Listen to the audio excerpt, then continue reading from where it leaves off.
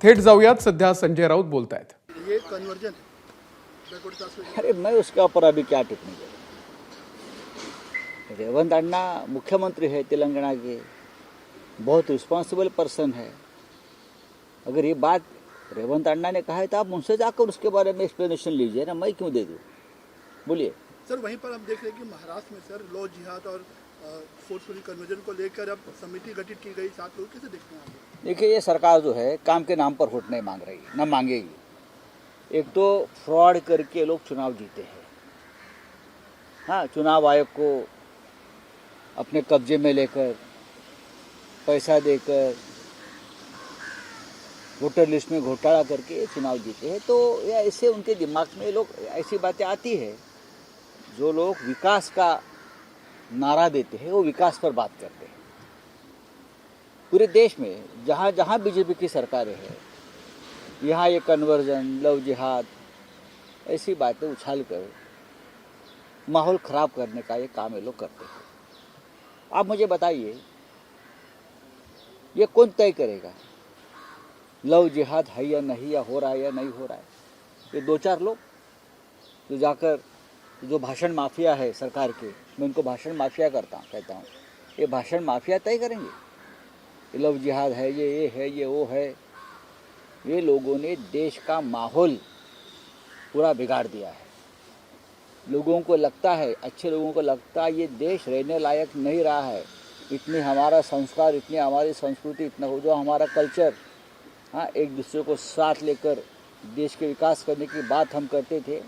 लेकिन ये जो एक विचारधारा इस देश में बनी है, ये हिंदुत्ववादी विचारधारा नहीं है। हिंदू एक संस्कार और संस्कृति है। हाँ, तो जाकर प्रधानमंत्री मोदी यूएस में जाकर पूरा समाज हमारा है, क्या वसुधैव कुटुंब बोल रहे थे ना, कुटुंब। तो कहाँ है देश में? देखिए आपके मंत्री यहाँ क्या बोल रहे हैं। एक मंत्री महाराष्ट्र सरकार का ये बोल रहा है कि कोई भी सरपंच अगर मेरे पार्टी का नहीं होगा तो मैं फंड नहीं दूंगा। जो मेरे पार्टी का सरपंच है मैं उसको ही विकास का फंड दूंगा। आपके बाप का पैसा है क्या? आपके बाप का पैसा है? किसका पैसा है? देश का पैसा है, सरकार का पैसा है, जनता का पैसा है। जनता टैक्स भरते है, उसका पैसा है। यहाँ डेमोक्रेसी है।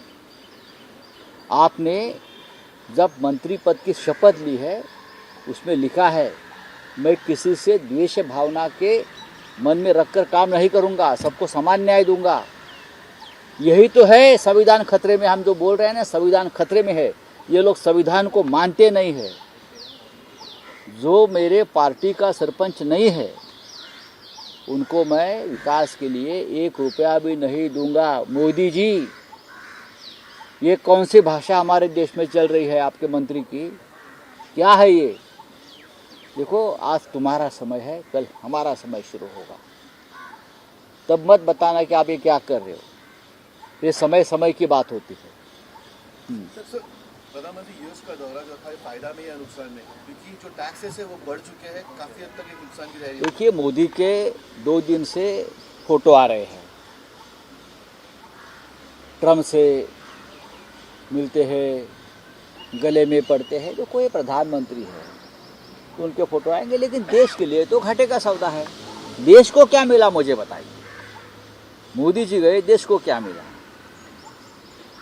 किसको क्या मिला? देश को क्या मिला है मुझे बताइए।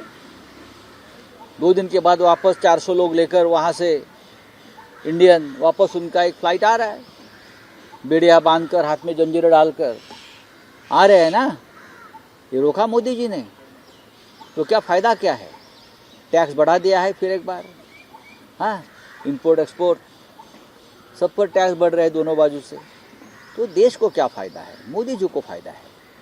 मोदी मोदी नारे गूंजते हैं वहाँ, और क्या है? ट्रम्प भूल गया, मोदी चले गए, ट्रम्प भूल गया देश को, हिंदुस्तान को। रणवीर इलाहाबादिया मामले में कंट्रोवर्सी में है। अब महाराष्ट्र सरकार ने सर इंक्वायरी कानून की बात आहे. बोला. और आता काय आहे? प्रकरणामध्ये धनंजय मुंडे यांची भेट सुरेश दसांनी घेतल्याचं कळतं आहे. इतक्या दिवसापासून ते आरोप करत होते, मात्र आता त्यांची भूमिका संशयास्पद वाटते. मला बीडमधल्या एका प्रमुख नेत्यानं त्या क्षणीच सांगितलं होतं की सुरेश धस यांच्यावरती विश्वास ठेवू नका. आम्ही जे म्हणतो की सुरेश धस या लढ्याचं नेतृत्व करतायत आणि ते न्याय देतील देशमुख कुटुंबियांना, त्यांच्यासाठी हा लढा आहे. मला तेव्हा लोकांनी समजवलं की तुम्ही धस यांची बाजू घेऊ नका. धस हे कधी पलटी मारते. धस, मुंडे आणि वाल्मिक कराड एकच आहेत. ही लढाई त्यांच्या स्वार्थाची आहे आणि दुर्दैवानं हे सत्य होताना दिसत आहे. मला वाईट वाटतं की एका विद्यमान आमदारानं देशमुख कुटुंबियांच्या अश्रूचा बाजार मांडला आणि व्यापार केला. ती लहान मुलं बिचारी धसांच्या मागे न्यायासाठी धावत होती की हा माणूस आम्हाला न्याय देईल. आणि जर धस याने हे कृत्य केलं असेल तर त्यांना देव क्षमा करणार नाही, त्यांना इतिहास क्षमा करणार नाही. असा खोटारडेपणा जर त्यांनी केला असेल आणि पाठीत खंजीर खुपसला असेल देशमुख कुटुंबियाचा, तर बीडची जनता नाही, राज्याची जनता हे लक्षात ठेवेल की तुम्ही जे कृत्य केलेलं आहे ते पाप आहे आणि त्या पापाला क्षमा नाही. विश्वासघात केला धसांनी ना, जर त्यांनी तसं केलं असेल तर तो विश्वासघातापेक्षाही पुढलं पाऊल आहे. धस यांच्याकडनं ही अपेक्षा तुम्ही न्यायाची ठेवू नका असं मला वारंवार बीडचे काही लोक सांगत होते. त्यांचं म्हणणं असं होतं की वाल्मिक कराड, सुरेश धस आणि धनंजय मुंडे हे एकच आहेत. एका नाण्याला दोन बाजू असतात, ह्या तीन बाजू आहेत. पण मी विश्वास ठेवला नाही, तरी मला अपेक्षा आहे की धस यांच्याकडनं असं कोणतंही कृत्य होणार नाही. भाजपच्या एका बैठकीमध्ये रावसाहेब दानवे यांनी विधान केलंय की आपला पक्ष एवढा मोठा आहे की आपण थुंकलो तरी विरोधक वाहून जातो. मग थुंका ना, तुम्ही थुंका. तुमच्यावर पण जनता तुम्ही पराभूत झाला ते लक्षात ठेवा. जनता तुमच्यावर थुंकली आणि त्या थुंकीतच तुमचा पराभव झाला आणि वाहून गेला. लोकसभेला, विधानसभेला तुम्ही पाप करून निवडून आलेला. रावसाहेब दानवे हे शेतकऱ्यांना शिव्या घालतात, अजून काही करतील, अजून काही करतील. तुमचा पक्ष मोठा नसून तुमचा पक्ष छोटाच आहे. तुम्ही भ्रष्टाचाराची रेषा मोठी केल्यामुळे तुम्हाला तो मोठी वाटते. आणि सगळी थुंकी जी होती भ्रष्टाचाराची थुंकलेली, मग अजित पवारजी असतील, अशोकराव चव्हाण असतील, प्रफुल्ल पटेल असतील, हसन मुश्रीफ असतील, एकनाथ शिंदे असतील, ज्यांच्यावरती भ्रष्टाचाराचे आरोप स्वतः नरेंद्र मोदींनी केले होते, मग थुंकलेलं चाटताय कशाला? मग थुंकलेलं चाटण्याची ही परंपरा काय तुम्ही नवीन आणली? काय यांचं ऐकताय तुम्ही? बदमाश लोक आहे ते. महानगरपालिका निवडणूक आणि जिल्हा परिषद निवडणुकीमध्ये उद्धव बाळासाहेब ठाकरे या गटाला संपवून टाका असं एकनाथ शिंदे यांनी त्यांच्या कार्यकर्त्यांना आवाहन केलं. करू द्या ना आवाहन. अमित शहाचा पक्ष आहे, एकनाथ शिंदेचा पक्ष हा अमित शहाच्या मालकीचा पक्ष आहे. अमित शहाना जे हवे तेच ते बोलतात. एकनाथ शिंदे यांचा कोणताही पक्ष नाही. अमित शहानी शिवसेनेतला एक गट फोडला आणि जो गट शिंदे यांच्या ताब्यात दिला तो अमित शहाचा पक्ष आहे. अमित शहानी त्यांना सध्या चालवायला दिलेला आहे. अमित शहा दुसरी काय भूमिका घेणार? जे महाराष्ट्राचे शत्रू आहेत, दुश्मन आहेत, तेच मराठी माणसासंदर्भात अशी भूमिका घेऊ शकतात. चला. महाराष्ट्राचे मुख्यमंत्री राजन साळवी यांचा नुकताच पक्षप्रवेश शिंदे गटात झाला. मात्र भास्कर जाधव आपली खंत बोलून दाखवत आहेत की माझ्याकडे क्षमता असून सुद्धा मला म्हणावं तसं काम करण्याची संधी मिळाली नाही. दुर्दैवानं मला ही संधी मिळाली नाही. माझा राज्यात एक मोठा वर्ग असून सुद्धा मी काम करू शकलो नाही. त्यांच्याशी आमची कालही चर्चा झाली. आज आम्ही एकत्र भेटतो आहोत, सगळेच शिवसेना नेते, आणि आम्ही काही कोणाची खंत असेल त्याच्यावर आम्ही चर्चा करू. सर, महाराष्ट्र के मुख्यमंत्री देवेंद्र फडणवीस पर महाकुंभ गए थे, कैसे देखते हैं उनके इस दौरे को? महाकुंभ कर गए. देखिए, महाकुंभ में सबको जाना है. ये एक बहुत पवित्र पर्व है. 26 तारीख तक कुंभ है, चलेगा. लाखों लोग आए हैं और हमारे भी घर से लोग गए थे. मेरे भाई गए थे सुनील राउत कुंभ में, जाकर आए. अगर उद्धव ठाकरे जी जाने वाले हैं.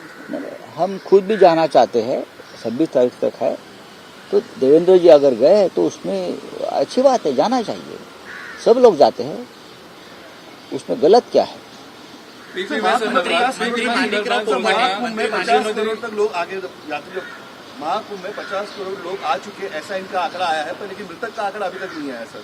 यही है कि हमने पूछा कि कितने लोग मारे गए, क्योंकि अभी भी 2000 से ज़्यादा लोग लापता है. जब से भगदड़ हुई थी तब से 2000 से ज़्यादा लोग लापता हो, कहाँ गए? हमारा ये कहना है कि ये मारे गए, लेकिन सरकार बताने को तैयार नहीं। जब पार्लियामेंट में मैंने ये सवाल पूछा कि 2000 से ज़्यादा लोग मरने की आशंका है, तो मेरा माइक बंद कर दिया। आप ये नहीं बोल सकते, लेकिन क्यों नहीं बोल सकता हूँ? मेरे भाई, मेरे देश के लोग मारे गए हैं, हिंदू लोग मारे गए हैं, और अगर हम सवाल पूछते हैं आपसे, सरकार से, तो आप हमारा माइक बंद कर दे, उसका मतलब कुछ हुआ है। 2000 से ज़्यादा लोग वहाँ मारे गए हैं और सरकार आंकड़ा छुपा रही है। 50 करोड़ आने दो या 140 करोड़ आने दो, आने के लिए क्या है? अगर व्यवस्था है तो आ सकते हैं। विश्व भर से लोग आए हैं। मंत्री माणिकराव कोकाटे यांचं काल एक वादग्रस्त वक्तव्य आलं की भिकारी सुद्धा 1 रुपया घेत नाही, मात्र आम्ही शेतकऱ्यांना 1 रुपयात पीक विमा योजना दिली. नाही, त्यांनी मतदारांना पण भिकारी समजून पैसे दिले ना. महाराष्ट्राच्या निवडणुकीमध्ये या सगळ्या लोकांनी मतदारांना भिकारी बनवलं, त्यांच्या घराघरात पैसे पाठवले आणि मतं विकत घेतली. थँक्यू.